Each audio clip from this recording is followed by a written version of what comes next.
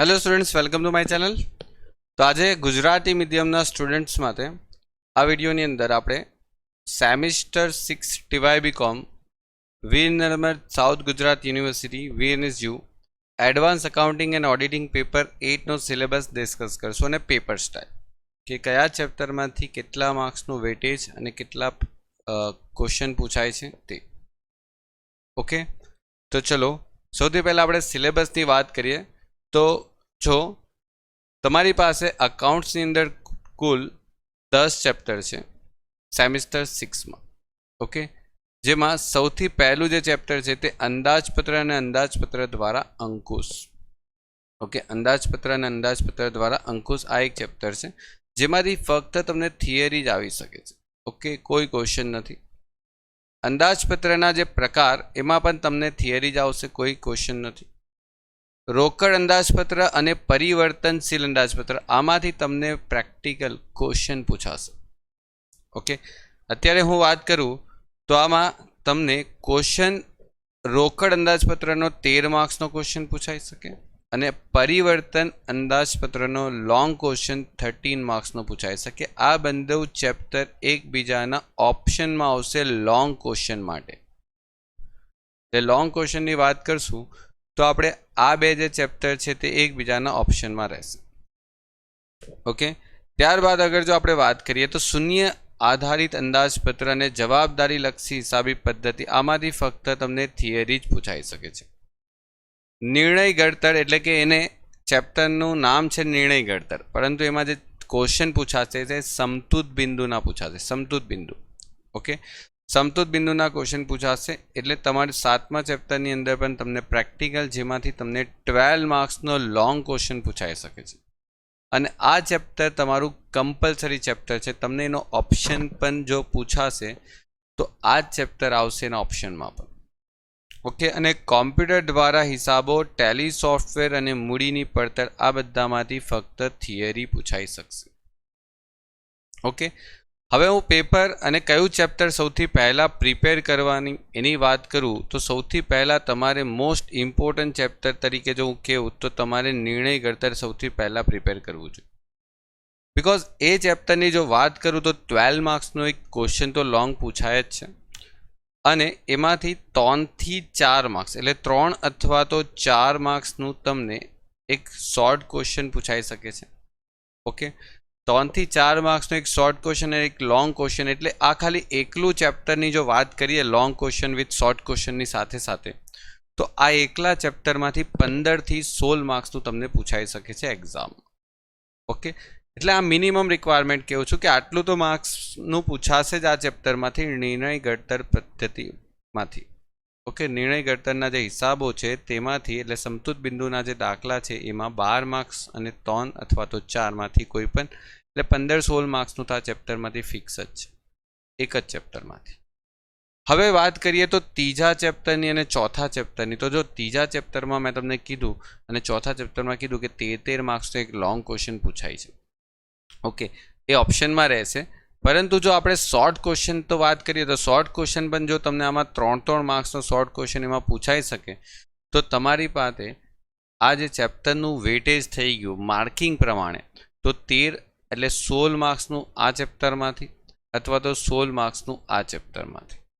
Okay, एटले जो तमारे शॉर्ट क्वेश्चन तो कंपलसरी ज रहेशे तो ऑप्शन तो 13 मार्क्सनी वच्चे ज रहेशे। Okay, complete. त्यारबाद आपणे पेपर पण जोईशुं एटले के पेपरनुं जे सेटिंग छे ते पण आपणे जोईशुं कि कयो क्वेश्चन क्यां पूछाय छे ते प्रमाणे आपणे जोईशुं कि कयुं तमे चेप्टर प्रिपेर पहेला करी शको। तो आ थई गया प्रेक्टिकल क्वेश्चननी वात। एटले आ 3 चेप्टर प्रेक्टिकल छे जे मैं तमने रेड करीने आपेला पण छे। त्यारबाद जो आपणे बात करिए थियरी तो छोकराओ अहींया थियरी तमारा माटे छे ने घणी वधारे छे।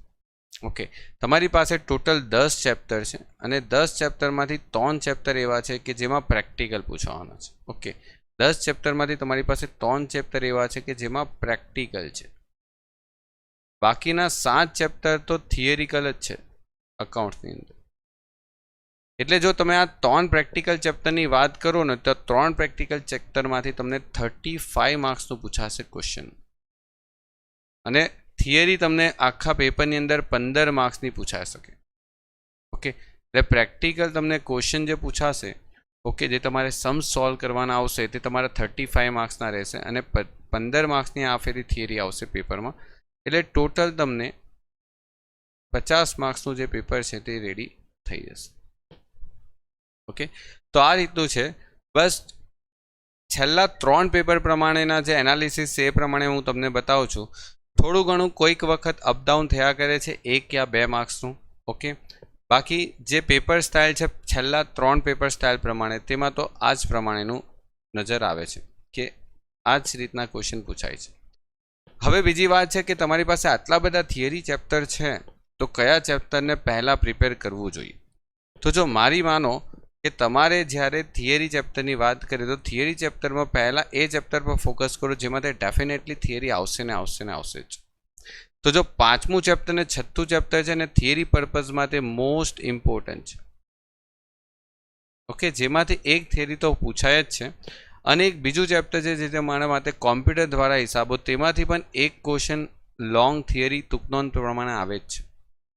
ઓકે, એટલે બધામાંથી તમને એક એક થિયરી પૂછાઈ શકે તો છે જ, બરાબર. તમારી પાસે જેટલા પણ શોર્ટ ચેપ્ટર છે થિયરીમાં એમાંથી મોસ્ટલી ચેપ્ટરમાંથી એક એક થિયરી પૂછાય છે.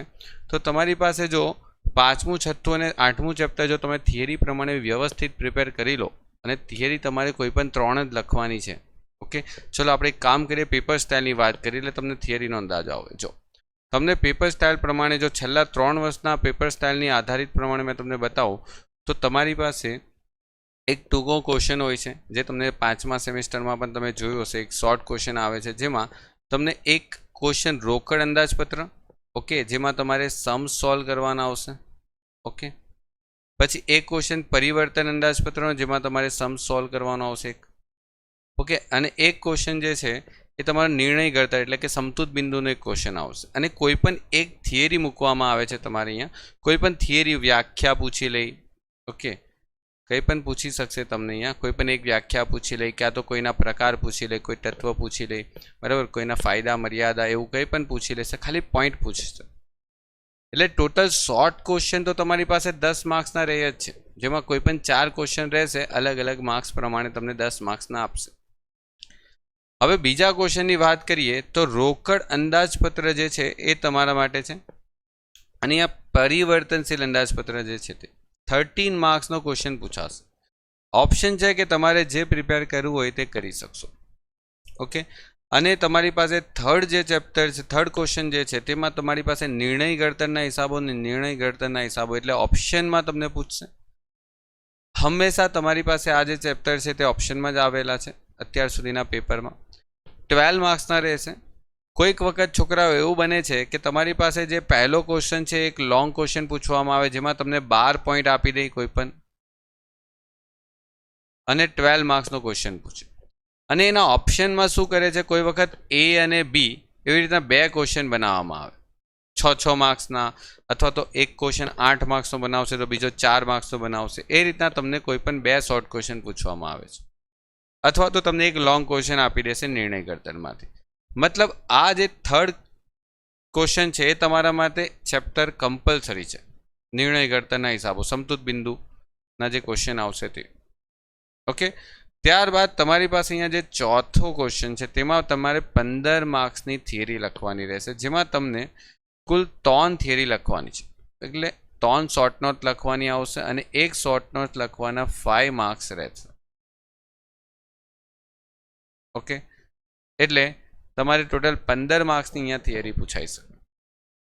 ઓકે, હવે તમને અહીંયા થિયરી તો ઘણી બધી આપે છે. ઓકે, ટોટલ કોઈ વખત 5 થિયરી આપે છે તેમાંથી 3 લખવાની રહેશે, કોઈ વખત 6 આપશે તેમાંથી 3 લખવાની રહેશે. તો તમે ઓપ્શનનો જો તમે યુઝ કરશો વ્યવસ્થિત રીતે તો તમારી પાસે જો ચેપ્ટર જે છે તો તમે આ 3 ચેપ્ટર થિયરીમાં વ્યવસ્થિત 100% પ્રિપેર કરીને જશો તો આમાંથી એક થિયરી તો આવશે જ.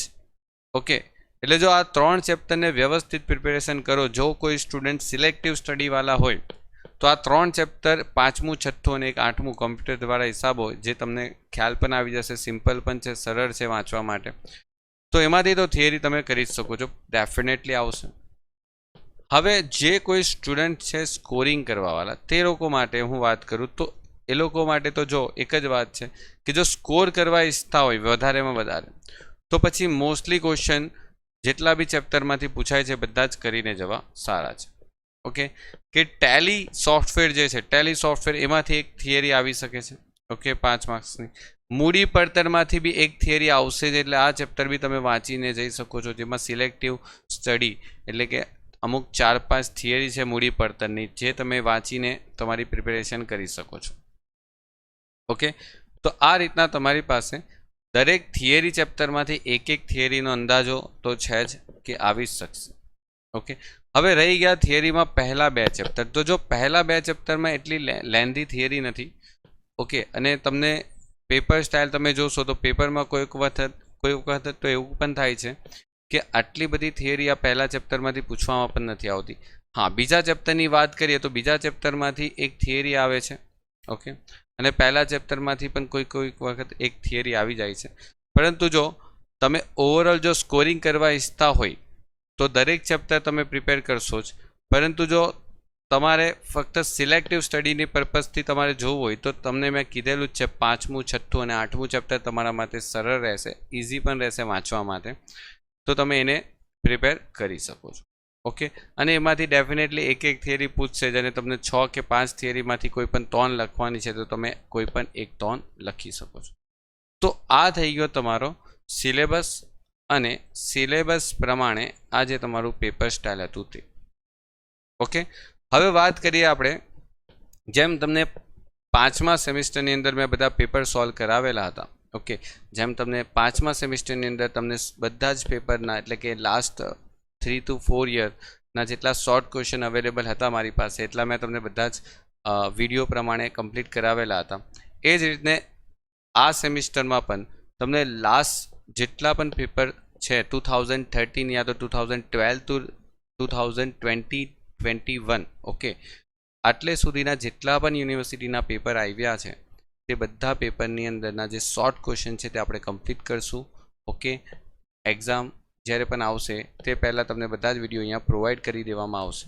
ઓકે, અને ચેપ્ટર વાઇઝ પણ થોડા ઘણા કોન્સેપ્ચ્યુઅલ ક્વેશ્ચન હું તમને સોલ્વ કરાવીશ. ઓકે, તો ચેનલ સાથે બની રહેજો અને તમને માહિતી આપતો રહેશો. ઓકે, ચલો, તો ગુડ બાય.